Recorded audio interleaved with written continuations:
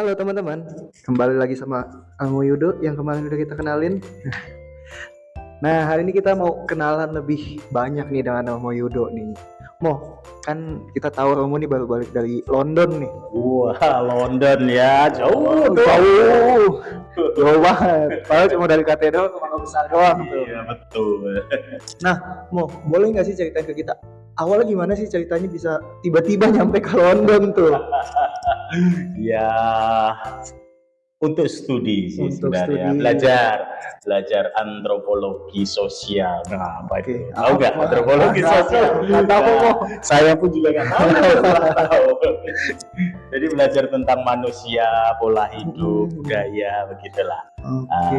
Ceritanya itu kan ya, provinsial itu mengutus saya untuk belajar. Mengutus, jadi disuruh lah ya intinya ya. Itulah. Dan waktu itu kan ya ada beasiswa dari provinsi sana. Nah, syaratnya masuk universitas di sana. Lalu saya coba-coba aja, terus keterima lah. Berarti intinya yang penting universitas di sana, apapun universitasnya itu ya. Betul. Oke. Nah, itu daftar pertama kalinya kamu langsung ada kepikiran nggak tuh universitas mana yang mau dituju? Oh, ada.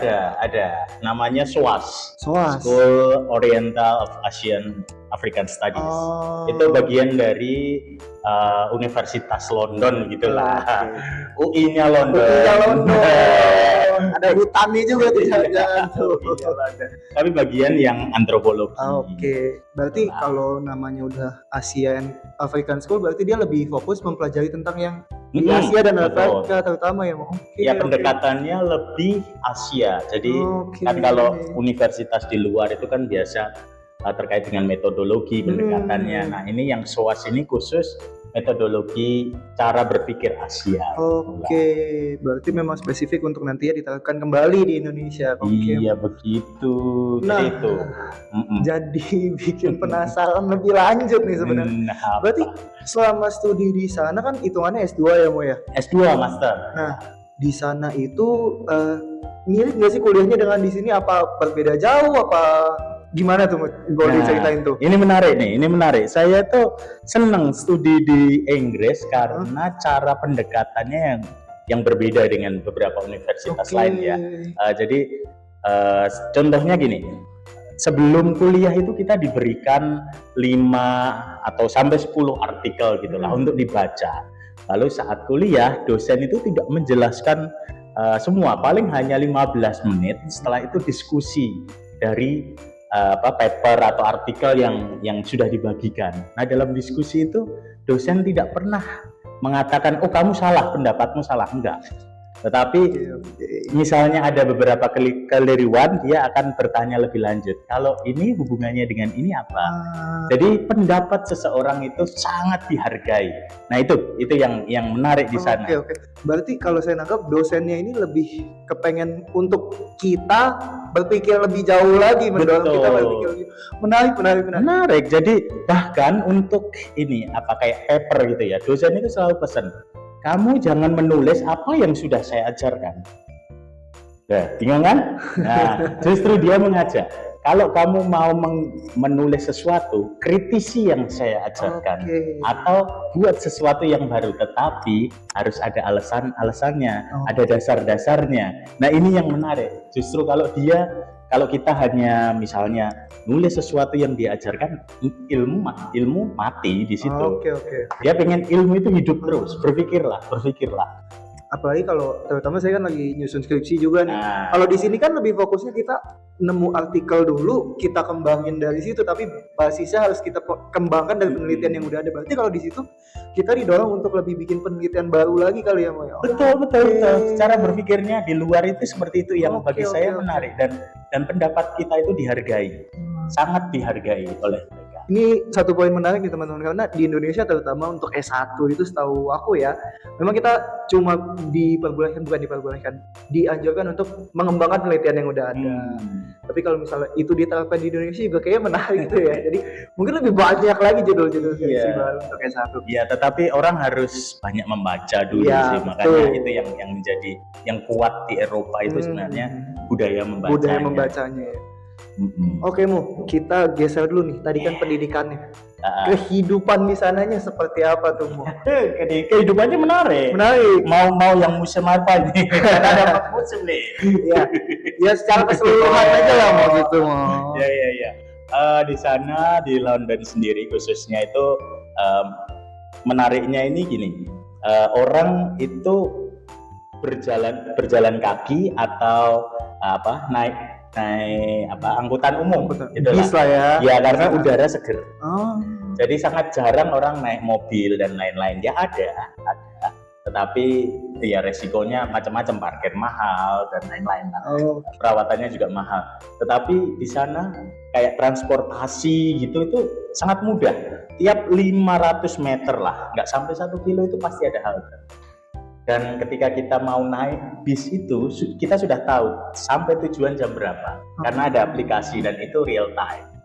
Enak ya, jadi enak. Bisa tahu nih kita bakal telat apa enggak. Dan itu. Kalau misalnya ada macet gitu, estimasi waktunya berubah juga belum? Jarang macet sih. Jarang macet ya. Beda apa di sini? Ya, jangan bayangkan di sini ya. Dan di sana sangat teratur banget. Budaya antri itu sangat dihargai. Oke. Berarti untuk kehidupan sehari-hari bisa dibilang lebih nyaman di sana kali ya? Lebih nyaman, udaranya lebih segar, lalu transportasi lebih enak, hanya mahal. Iya sih, gaya hidup di sana kan beda dengan di sini ya. Yang nggak enak itu mahalnya. Iya sih, dimengerti sih. Kalau misalnya untuk tinggal dan makan segala macam itu ditanggung oleh provinsial SJ di sana kah atau ada rumah bawa di sini kah? Gini, jadi kalau di sana karena sudah hidup di dalam sebuah komunitas, maka ya hidup bersama komunitas. Saya ada 7 orang. Dan untuk makan itu kita masak sendiri. Jadi di sana itu jarang sekali ada yang namanya yang menyiapkan gitu, karena memang mahal. Iya sih. Bayar dia mahal. Biaya jasa di luar negeri sih. Secara umum mahal banget. Makanya kita belajar masak. Dan di sana saya belajar masak. Masak apa aja mau di sana? Banyak, hampir semua bisa. Ada soto, rendang, ya gitu-gitulah, nasi goreng. Berarti kan yang tinggal di sana 7 orang, nggak mungkin orang Indonesia semua dong. Reaksi mereka gimana tuh? Reaksi makanan soal makanan terutama. Karena yang tinggal di sana itu orang India, lalu Sri Lanka, ya ada yang dari Inggris 2 orang. Mayoritas itu menerima kok. Ya karena kita harus menerima, kalau nggak menerima nggak makan. Tapi enak, artinya saya sendiri merasa berlatih untuk mandiri, berlatih untuk belajar hal baru. Karena memasak itu ternyata bukan hal yang mudah. Betul. Bukan hal yang mudah. Saya tuh ada pengalaman waktu pertama kali mau masak itu sudah malam itu buka YouTube gimana cara masaknya, bahan-bahannya apa. Belum lagi nanti harus membeli kalau bahannya nggak ada ya. Iya, di sana kan juga mungkin bahan-bahan susah kali gitu nyarinya ya. Apalagi rempah-rempah segala macam. Betul. Di sana susah banget tuh pasti. Bahkan pas masaknya itu sampai telepon ibu, Bu, setelah ini apa ya? Langsung konsultasi ke ahlinya tuh, saking susahnya masak. Tapi ya itu menarik itu loh. Lama-lama kita akhirnya belajar melayani hal-hal sederhana lah. Karena ini kan untuk 7 orang, jadi kadang-kala wah ini sudah pas belum ya? Kadang kurang asin. Kelebihan, kalau kan udah kebingungan itu. Jadi sebuah pengalaman unik baru lagi itu ya. Betul gitu. Jadi menarik di sana. Nah, sebenarnya kekepoanku sendiri juga sih, dan mungkin kekepoan teman-teman juga ya. Kan di Inggris sendiri kan mayoritas penduduknya itu Anglikan kan. Anglikan, betul. Nah, perbedaan Katolik di Indonesia dengan di Inggris itu seperti apa sih dinamikanya dan gimana gitu, Mo? Jadi kalau di sini orang Katolik di sini itu lebih guyup gitu loh. Persekutuannya, lalu ada kumpul komunitasnya hidup. Dan di sana kebanyakan ya, saya tidak bisa mengeneralkan sudah. Tetapi kebanyakan itu mereka sendiri-sendiri. Ya ke gereja itu tergantung daerahnya juga. Kalau di tempat dekat saya tinggal di Clapham. Itu masih baik, dalam arti minggu itu masih full. Tapi setelah 2 km dari tempat saya pernah ke salah satu gereja Katolik.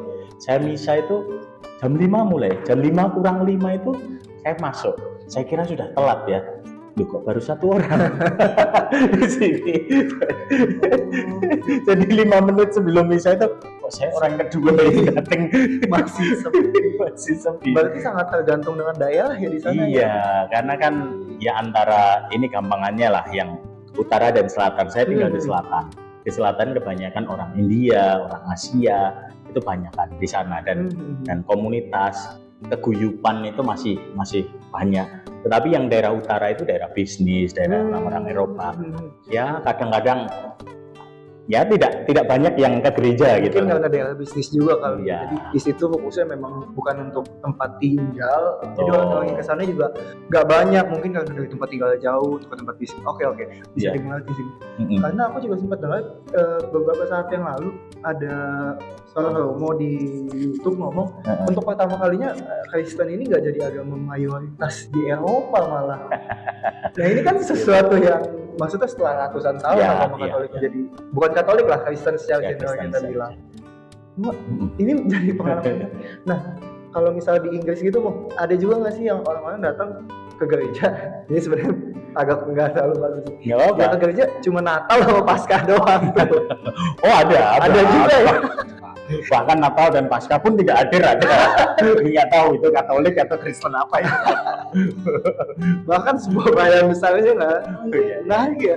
Maksudnya aku pikir itu cuma di Indonesia aja yang cuma datang pas Natal dan Paskah sampai ada bercandaannya sebagai domba yang hilang dan kembali lagi. Tapi apa ya, justru itu kerinduan orang sana loh. Karena saya pernah ngalami gini, kan di sana individualisme itu banyak ya dan terjadi.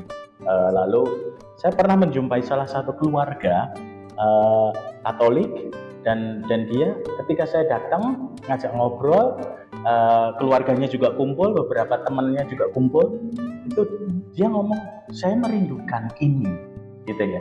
Mungkin di Eropa dianggap maju, tetapi kehilangan salah satu sisi lain dari kekatolikan yaitu komunitas, kebersamaan dan lain-lain. Nah maka ketika kita kumpul ngadakan misa bareng terus setelah itu ngobrol dia ini Katolik ini. Mungkin karena di sana kegiatan mereka lebih sibuk, jam kerjanya atau bagaimana, jadi orang-orang lebih individualis kali ya. Karena di sini mungkin walaupun ya kita capek kadang kan, tapi hari Minggu lah bela-belain kita ya untuk kumpul aja. Betul. Ya itu kerinduan orang sana. Jadi kita tidak perlu merasa, waduh berarti niru negara maju nggak pernah ke gereja, bahaya, keliru wong. Jangan dong. Orang sana merindukan seperti kita. Gitu. Berarti mungkin kalau mereka kesini mereka juga bakal senang juga tuh ya Mo ya. Oh senang kok, senang. Bahkan untuk yang saya cerita salah satu, ini bukan situasi umat tapi situasi romonya saja ya. Romo SY di sana, Serikat Yesus di sana kebanyakan tua-tua. Umur termuda itu hampir 50. Wah. Sana 50 masih muda. Maka ketika Yesuit muda di Indonesia kumpul lalu foto bareng banyak orang ya, sekitar kurang lebih 150-an lebih. Lalu saya tunjukkan ke salah satu Yesuit di sana. Ini loh, Yesuit muda di Indonesia. Mereka terus mereka sudah baptis semua ini. Saking mudanya. Kenapa banyak orang muda ini? Berarti untuk panggilan lebih banyak di sini tuh ya Mo ya. Banyak panggilan iman di sini. Wah. Ya kita merasa di sini tuh kurang, tetapi di Eropa sana lebih kurang lagi ternyata. Waduh, gawat juga. Iya. Berarti kalau misalnya mau Jesuit di sana datang ke sini waktu Paus Fransiskus datang, SD ngumpul semua. Wah, itu udah mereka itu, kok bisa nggak ditransfer di sini sampai ya itu situasi romonya, apalagi umatnya. Kita lihat bandingkan. Itulah. Berarti ada kemungkinan juga nih romo SY yang ini akan kesana juga kalau misalnya diutus lah ya. Itu studi. Ya kalau pindah ya tarik-tarikan lah. Di sini juga butuh. Di sini aja masih butuh teman-teman. Jadi penuhin yang di sini dulu. Apa yang ada yang mau masuk? Masuk. Boleh. Masuk promosi panggilan atau seminari boleh. Kontak sama Yudo aja langsung. Gitu. Nanti dibantu kalau mau masuk. Nah, berarti setelah 1 tahun lebih ya kamu di saya 1 tahun, tepat 1 tahun. Tepat 1 tahun di Inggris. Cepet juga ya. Oh iya cepat. Di sini master 2 tahun Ya. kurang lebih di sana. Ya di sana kalau full time bisa 1 tahun. Hanya memang harus full time karena padat banget. Oke. Padat banget. Tetapi padatnya di sana itu ini yang saya suka di sana. Jadi ada balance. Mereka sudah sampai kuliah itu sampai sore.